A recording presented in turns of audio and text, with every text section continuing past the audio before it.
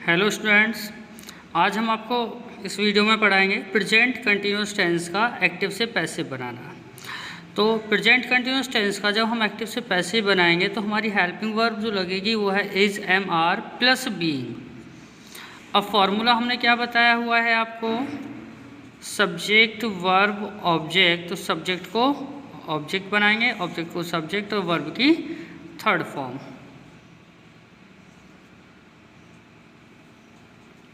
यहाँ पर बाई या फिर preposition according to the word, और यहाँ पर हेल्पिंग वर्ब। तो अब हेल्पिंग वर्ब हमको पता चल गया कि इजमार हम हेल्पिंग वर्ब लगाएंगे। ठीक है, देखिए मैं एग्जाम्पल के थ्रू आपको समझाता हूँ। एक पहला एग्जाम्पल है, he is singing a song. अब ही हमारा जो सब्जेक्ट है इसको हम ऑब्जेक्ट बना देंगे, और ए सॉन्ग जो हमारा ऑब्जेक्ट है इसको हम सब्जेक्ट बनाएंगे। तो ए सॉन्ग इस हेल्पिंग वर्ब भी जाएगा सॉन्ग के हिसाब से। फिर हमको क्या लगाना है, being, is being. Third form singing की संग, बाय ही का हो जाएगा हिम। समझ आया, he is singing a song को हमने यहाँ सब्जेक्ट बना दिया। According to the subject is he आएगा, फिर बीइंग लगेगा, और आफ्टर देन वर्ब की third form sung by him.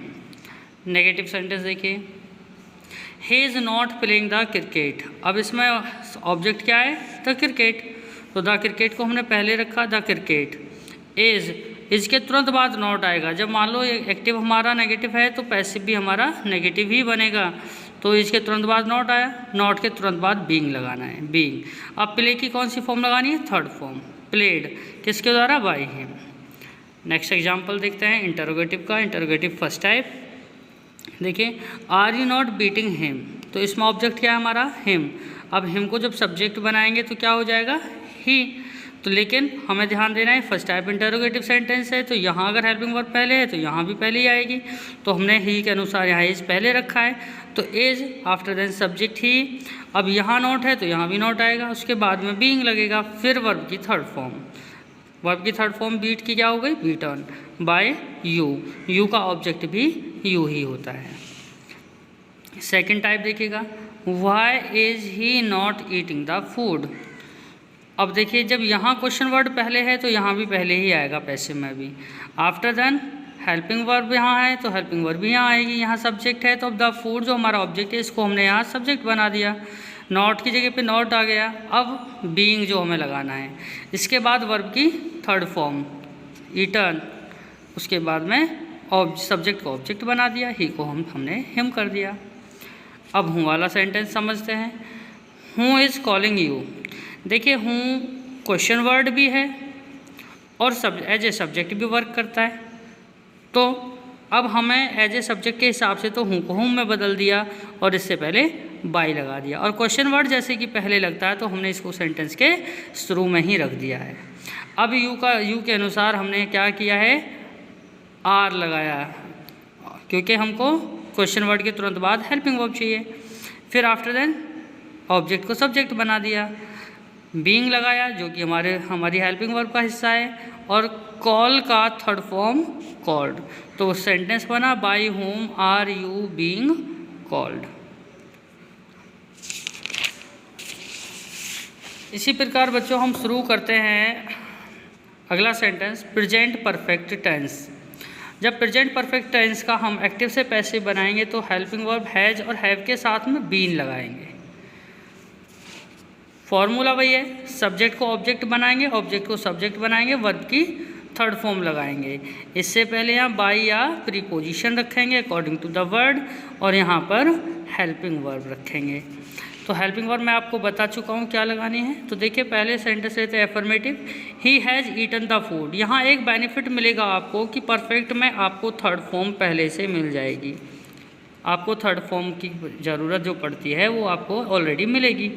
तो he has eaten the food, अब हमने द फूड को यहाँ सब्जेक्ट बना दिया, इस ऑब्जेक्ट को सब्जेक्ट फूड के अनुसार हैज़ ही आएगा, हैज़ बीन, क्योंकि बीन लगाना है हैज़ और हैव के साथ हमको। तो हैज़ बीन थर्ड फॉर्म पहले से दी हुई है, ईटन बाय ही का हो गया हिम।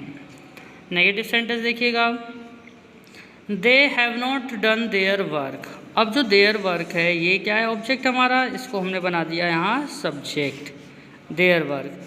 अब हैज़ और हैव के तुरंत बाद नॉट आती है, तो हेल्पिंग वर्ब हैज़ आया देयर वर्क के अनुसार, फिर नॉट और उसके बाद बीन लगाया। वर्क की थर्ड फॉर्म को पहले से दी हुई है डन।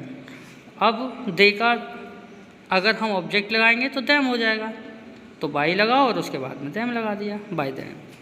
इंटरोगेटिव फर्स्ट टाइप देखिएगा, I have you taught him.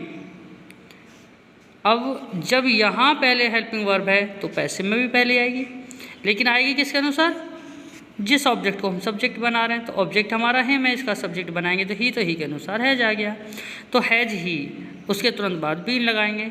Verb की थर्ड फॉर्म दी हुई है तो टॉट हमने लगा दिया, बाई यू का ऑब्जेक्ट यू ही होता है। सेकेंड टाइप देखिए, why have you not given him a book.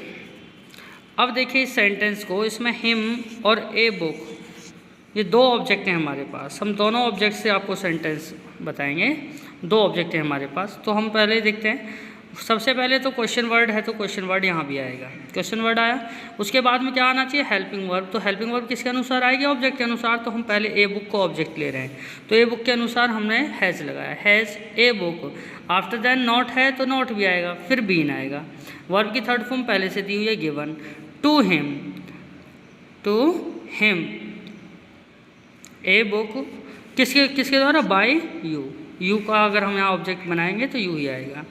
अब दूसरे तरीके से देखिए, अगर हम हिम को यहाँ सब्जेक्ट ऑब्जेक्ट से सब्जेक्ट बनाएं तो वह आएगा ही आएगा, हैज भी आएगा। अब यहाँ ही, जहाँ हमने ए बुक लिया था हमने ही लिया, नॉट, बीन, गिवन, क्या नहीं दी, ए बुक, एक किताब, बाय यू। अब देखिए हूँ टाइप ले लेते हैं, हूँ हैज़ टॉट यू इंग्लिश। तो देखिए मैंने लास्ट टाइम भी बताया इसमें, इसी वीडियो में, कि जहाँ हूँ आ जाएगा हमें बाई होम रखना होगा, क्योंकि हूँ का ऑब्जेक्ट होम होता है और एज ए सब्जेक्ट वर्क कर रहा है, तो इसलिए हमको होम में बदलना पड़ा। एज ए क्वेश्चन वर्ड की तरह इसको शुरू में रखना पड़ा, और बाई इसलिए लगाया क्योंकि सब्जेक्ट हम इसी को मान रहे हैं। अब यहाँ पर भी यू और इंग्लिश दो ऑब्जेक्ट हैं, तो मैंने इंग्लिश को पहले ऑब्जेक्ट पिक किया है, तो है जाएगा इंग्लिश के हिसाब से, उसके बाद में बीन आएगा और उसके बाद में टॉट आएगा, फिर टू यू, किसको, तुम्हें पढ़ा रहे। अब अगर इसको हम यू यहाँ पे सब्जेक्ट ऑब्जेक्ट से सब्जेक्ट बनाएं तो बाई होम तो आएगा ही आएगा, बाई होम। अब यू के हिसाब से यहाँ हैव आएगा, have you been taught English. तो इस तरह से हमें सारे के सारे जितने भी एक्टिव से पैसिव हैं, अब मैंने प्रेजेंट के साथ आपको करा दिए हैं, पास्ट और फ्यूचर के इसी रूल के आधार पे आप खुद करेंगे।